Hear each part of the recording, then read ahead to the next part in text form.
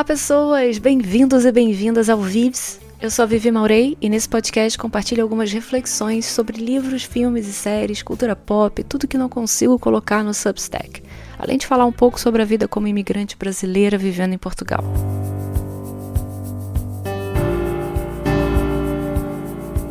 Eu joguei uma ideia aqui num episódio passado, eu não sei qual foi, mas foi num domingo de caos criativo, que tinham várias oportunidades para pegar como assunto.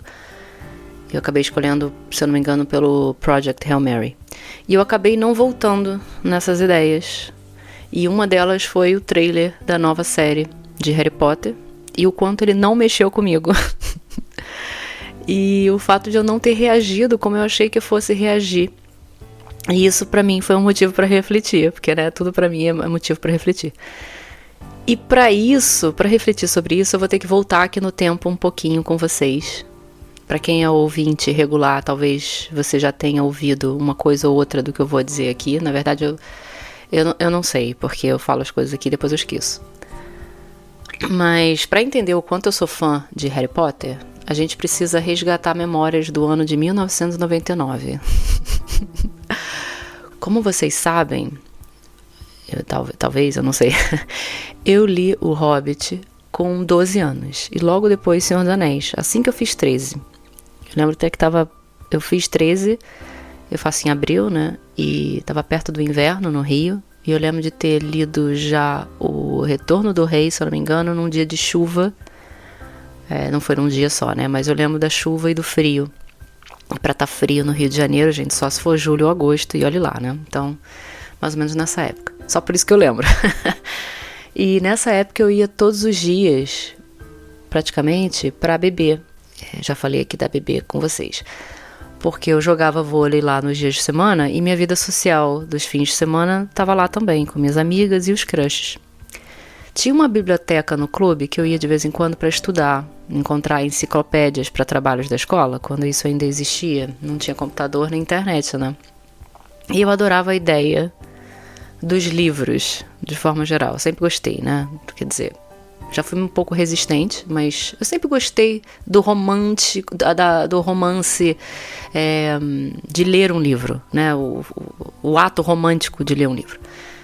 E mesmo antes de Hobbit, como eu falei, eu gostava do hábito de leitura, mas eu ainda não ia muito com a cara dos livros obrigatórios da escola. Só que tinha lá o seu charme, enfim, eu adorava os livros do Pedro Bandeira, eu achava Machado interessante, mas ainda não tinha entendido Machado de Assis o suficiente para ler direito, só achava interessante. Mas eu queria mesmo, nessa época, era ler coisas comerciais. E não tinha ainda o apelo pela literatura, pelo literário. E coisas de fora também, do exterior, porque por algum motivo eu achava que ler livro estrangeiro traduzido era mais adulto, mais maduro. Sei lá por quê. Na cabeça da criança, né? Então eu lia livros de terror e suspense de banca com minha melhor amiga. Livros de qualidade bastante duvidosa. Eu lia aventuras, amava livro-jogo de RPG.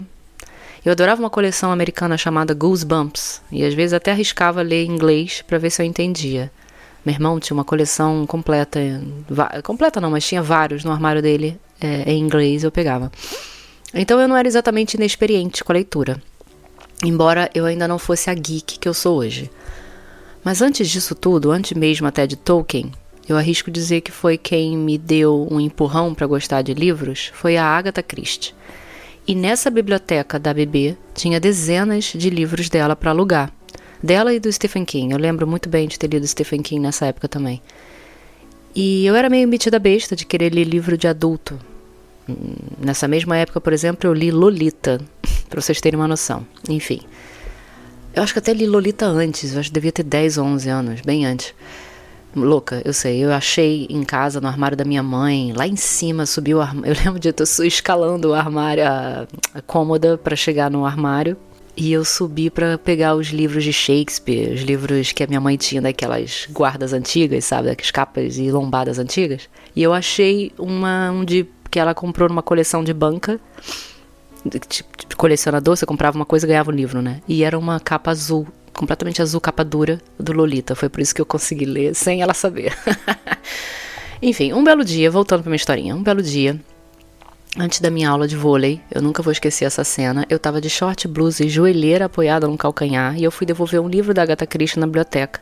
E a ideia era pegar algum outro dela pra semana, mas havia um livro no balcão que alguém tinha acabado de devolver e a bibliotecária ainda não tinha guardado. Era o Harry Potter e a Pedra Filosofal. Eu lembro de ter perguntado pra moça se era muito infantil, porque era vagamente familiar o nome pra mim, e eu lembro de ter associado a infantil por algum motivo. E eu não lembrava de onde eu tinha escutado sobre, né? E eu não sei o que ela disse, mas ela me convenceu a levar o livro pra casa. E eu comecei a ler na mesma noite, quando eu cheguei em casa, e terminei na noite do dia seguinte. Quando eu fui devolver o livro, eu peguei Harry Potter e a Câmara Secreta, e eu devorei, gente, em um dia. Entre escola, vôlei e jantar, eu não sei como, eu terminei de ler o segundo título. Eu só soube da existência de um terceiro, O Prisioneiro de Azkaban, muito tempo depois. Eu acho, inclusive, que só foi lançado no Brasil no final de 2000. E eu já era fã desde o primeiro livro, mas eu acho que eu me tornei a viciada nerd que fui por muitos anos depois de ler o terceiro. Foi quando eu realmente percebi que estava no mesmo nível, ou quase. Acho que nunca chegou no mesmo nível pra mim exatamente, mas foi quase ali, paralelo a Senhor dos Anéis. Ainda que de forma diferente, porque nada, né, seria como Tolkien pra mim. Já no ano de 2001, se eu não me engano, foi que eu peguei o quarto livro, Cálice de Fogo, emprestado de uma amiga da escola, tão fanática quanto eu, e a gente discutiu o livro depois juntas no pátio, na hora do recreio. Engraçado que eu nunca tive essa troca com a minha melhor amiga da época, da Bebê. Ela não curtia livros nem nada que fosse nerd, e eu sempre fui de fazer vários grupos de amizade de interesses diferentes, né? De tão nerd e eclética que eu sou nas minhas paixões. Galera do vôlei, galera dos livros, galera da praia, galera da Bebê. Eu caminhava entre mundos. Depois do quarto livro, a gente ficou órfã de Harry Potter por muito tempo. Pelo menos pareceu pra mim uma eternidade. E nessa época já se tinha notícias de que filmes estavam sendo produzidos. O trailer do primeiro filme já tinha saído, por exemplo, e muito em breve a gente veria Harry Potter no cinema. Novembro de 2001, poucas semanas antes da estreia de Sociedade do Anel. E é agora que as coisas começam a ganhar corpo aqui na linha do tempo, que eu tô contando pra vocês. Vocês lembram do episódio aqui do podcast em que eu falei de Tolkien, naquele dia que eu fui ao cinema comprar ingresso pro Pedra Filosofal? E por conta de estar relendo Tolkien sentada no chão, eu fiz uma amizade que mudou a minha vida para sempre. Afinal, essa pessoa me apresentou não apenas o fórum da Valinor e o fandom de Tolkien, mas também o fandom de Harry Potter.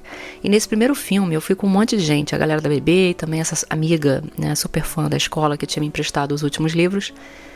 No segundo filme, no ano seguinte, eu reencontrei a pessoa que eu conheci na fila da bilheteria e foi só então que ela me levou pro grupo Yahoo, o grupo de Yahoo, gente, Ordem da Fênix, onde eu conheci amigos que eu tenho até hoje. E de início, eu só os conhecia virtualmente, através de mensagens trocadas, aqueles e-mails do grupo Yahoo. E na época que eu exagerava nas reticências por não saber ainda direito o uso delas. Ai, gente, eu lembro das minhas mensagens. E foi na chegada do quinto livro, nas livrarias, o nome... o título do livro homônimo do nosso grupo, né, Ordem da Fênix, porém ainda em inglês, porque era o lançamento do livro em inglês. Meia-noite na Travessa de Ipanema, uau! Foi que eu conhecia muitas dessas pessoas pessoalmente, antes eu só conhecia por mensagem. Eu fui mesmo só para acompanhar e conhecer as pessoas, porque eu não ia comprar o livro, eu não tinha nem dinheiro, nem achava que ia conseguir ler tudo em inglês, porque, enfim... não era fluente como eu sou hoje. Mas por algum motivo que até hoje eu não entendo bem, esse grupo da Ordem da Fênix todo se reuniu, os que foram na livraria, né? E o grupo comprou e assinou um exemplar pra mim. Nossa, gente, sério, eu chorei, lógico. Eu fiquei super agradecida e eu comecei a ler no mesmo dia. No dia seguinte, a maioria do grupo já tinha terminado de ler. Passaram a noite em claro, mas eu ainda estava no meio pro final, eu não tinha terminado, eu tinha dormido. E eu nunca vou esquecer, mas quando eu cheguei na página que o Sirius morre, eu lembro de ter fechado o livro e ligado pra pessoa que eu conhecia no cinema, que me apresentou ao fundo da fandom, né? A gente era muito amigo. E eu não precisei dizer quase nada. Eu só disse, ele morreu. Falei nem o nome, eu falei, ele morreu. E 10 minutos depois estávamos juntos tomando sorvete perto da minha casa, porque a gente precisava, ambos, né, de apoio emocional. Quando eu terminei o livro, fui correndo contar no grupo e a discussão já estava rolando solta de várias teorias e possibilidades para o próximo, que a gente não fazia ideia de quando viria. Era uma época interessante acompanhar uma coleção em tempo real e ter esses meses ou anos de digestão antes do título seguinte, sabe? Seja pelos livros ou pelos filmes, tanto em Harry Potter quanto Senhor dos Anéis, porque eu vivi em tempo real dos dois, né? A espera, acho que fazia parte daquele momento da vida, e tudo que acontecia durante, né, naquele in-between, fazia parte da expectativa e da construção da narrativa da nossa nerdice, o que favorecia até o fanatismo e a maneira como a gente se via como fã daquelas obras. Depois disso, o grupo Ordem da Fênix passou a se encontrar quase todo final de semana. A gente ia a eventos de Harry Potter, mas também de anime, de quadrinhos, de cultura pop, de Senhor dos Anéis, JediCons, cinema, restaurante, era tudo uma desculpa que a gente chamava de EP, Encontro Potteriano. A gente fez uma viagem de ônibus alugado para levar todo mundo do grupo de uma só vez para São Paulo, para um evento de Harry Potter, e eu tive que desenrascar um cosplay de Comensal da Morte, Death Eater, com uma amiga do grupo, e a gente fez até tatuagem de rena de caveira no braço. Isso aqui é commitment. A gente era um grupo bastante peculiar, eu acho que posso dizer isso, de gostos e realidades diferentes, mas bem unidos por essa fascinação em comum por Harry Potter. E nem todos do grupo tinham a mesma fascinação que eu tinha, por exemplo, por Senhor dos Anéis. Então eu acabava me dividindo para fazer também meus encontros da Toca, do Conselho Branco, com o pessoal fã de Tolkien.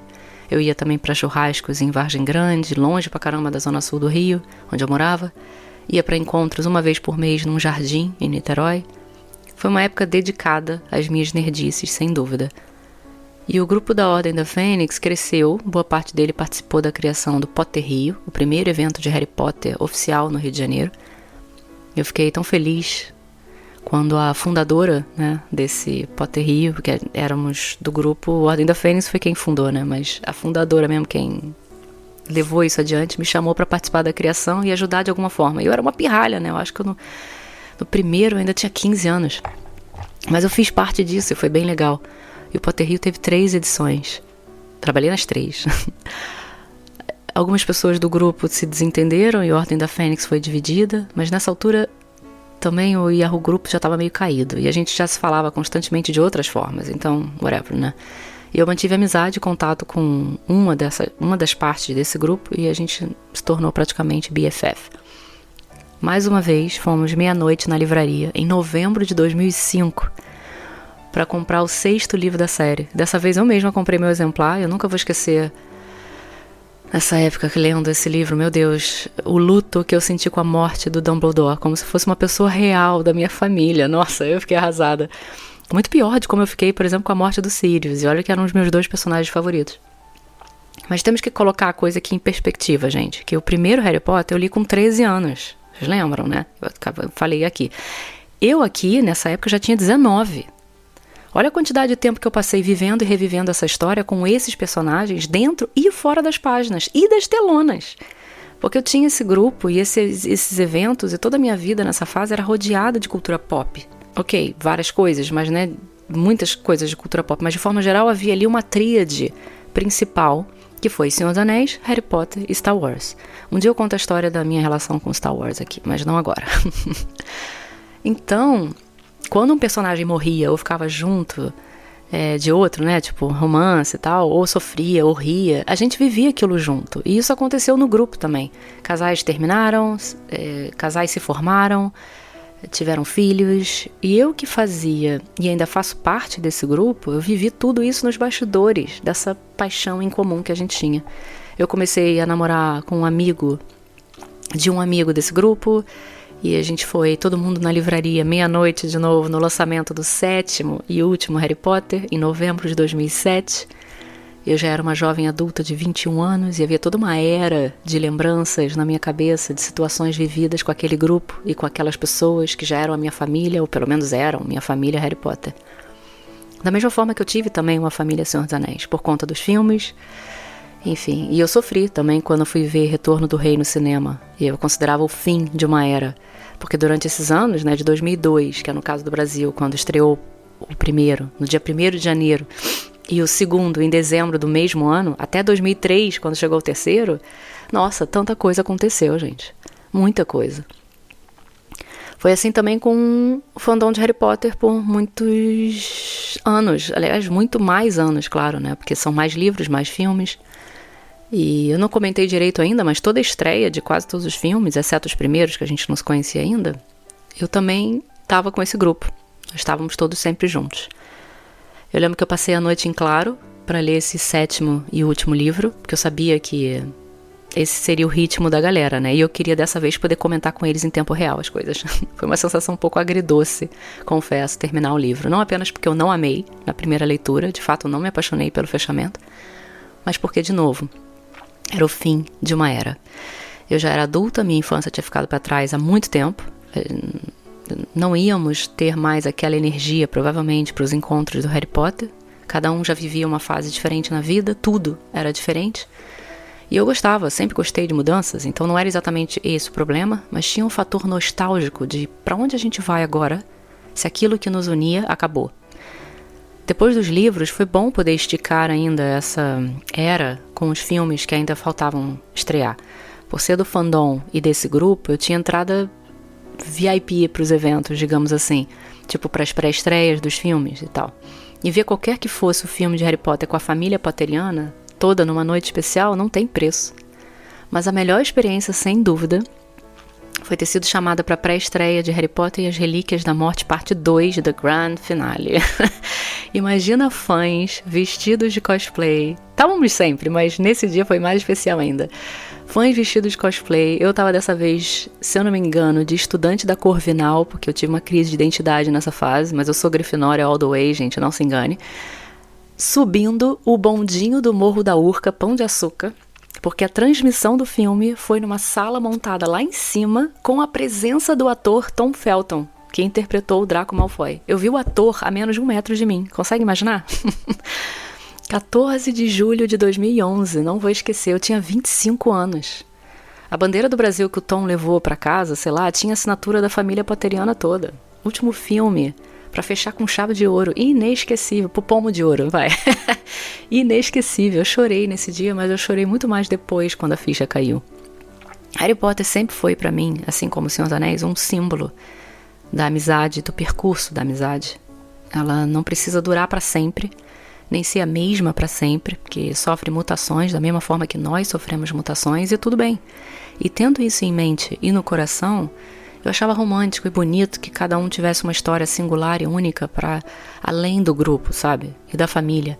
E que se essa história chamasse quem quer que fosse para longe, por algum motivo, fazia parte da vida como ela é. Isso não significava que o que havíamos experimentado e vivido juntos tivesse morrido, estava só no passado. Bastava a gente se lembrar para resgatar essa vida.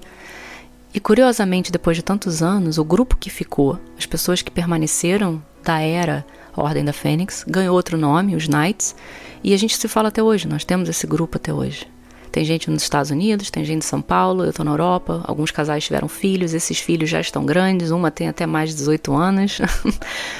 A vida aconteceu e Harry Potter e também Senhor dos Anéis e Star Wars foi o que nos uniu como família. Eu tenho tatuagens de Harry Potter e Senhor dos Anéis, eu sei que nunca vou me arrepender delas, porque foram um marco na minha vida e moldaram a minha realidade de hoje. E recentemente, por conta do trabalho aqui em Portugal, eu conheci pessoalmente a atriz que fez a Luna Lovegood. A gente saiu para almoçar e passear e bebeu numa esplanada em Lisboa. Olha que loucura. Eu fiz evento com ela na Feira do Livro e ainda a reencontrei 1 ano depois na Comic Con do Porto. Troquei muitas ideias com ela, foi gostoso, sabe? Ver a mulher incrível que ela se tornou, aquela criança nas telonas que eu acompanhei ao longo dos anos, mas eu não fazia ideia de quem era na vida real. Foi especial esse momento pra mim. E é por isso tudo que eu imaginei que, ao ver o trailer da nova série de Harry Potter, eu fosse ficar muito mais empolgada, ou emocionada pelo menos, nem que fosse por nostalgia. Mas nada, gente, nada. Eu não senti nada além de estranhamento. Para mim, depois de ter vivido tão nitidamente, tão de perto todas as fases de Harry Potter, é como se eu estivesse assistindo a pessoas fazendo cosplay daqueles atores consagrados, sabe? Eu que vi tantos cosplays em eventos, alguns muito melhores até do que o que eu vi no trailer. Mas veja bem, eu não fiquei exatamente desanimada ou decepcionada, nada disso. Só não me tocou nem conversou comigo. E foi aí que eu me toquei que talvez eu não seja de fato mais o público. Não é pra mim. Eu não faço questão alguma de ver, porque eu já vi e vivi essas adaptações e aproveitei tanto que não faltou nada pra ver. Seria talvez pro meu filho ou minha filha, se eu tivesse tido um. É para as crianças de hoje que vão crescer junto com as temporadas da série, como eu cresci com os livros e com os filmes. Isso porque eu nem entrei no assunto polêmico da J.K., que deixou um gosto amargo por falar as besteiras que falou. E mesmo eu, que faço uma divisão grande entre autor e obra, eu tenho uma certa preguiça e resistência de querer dar audiência, sabe? É muito provável que eu veja, tá? Não vou mentir. Tá no meu gene nerd, não resistir a essas coisas, infelizmente. Mas eu percebi que não vai ter o mesmo hype, nem de longe. Sem contar que eu achei a atuação dos atores no trailer bastante infantil, teatral, não tem o mesmo apelo. Mais uma vez, não é uma crítica aqui aos atores de forma alguma, é porque talvez eu realmente não seja o público. E eu espero de verdade que crianças possam viver a fantasia do jeito que tem que ser e se divertir e aprender com isso, como aconteceu comigo. Mas foi um golpe de realidade perceber que eu não sou mais o público-alvo. E vocês? O que vocês acharam do trailer? Estão com expectativas para a série? Vão querer ver tudo ou vão boicotar por conta da J.K.? Contem aí nos comentários e até o próximo episódio.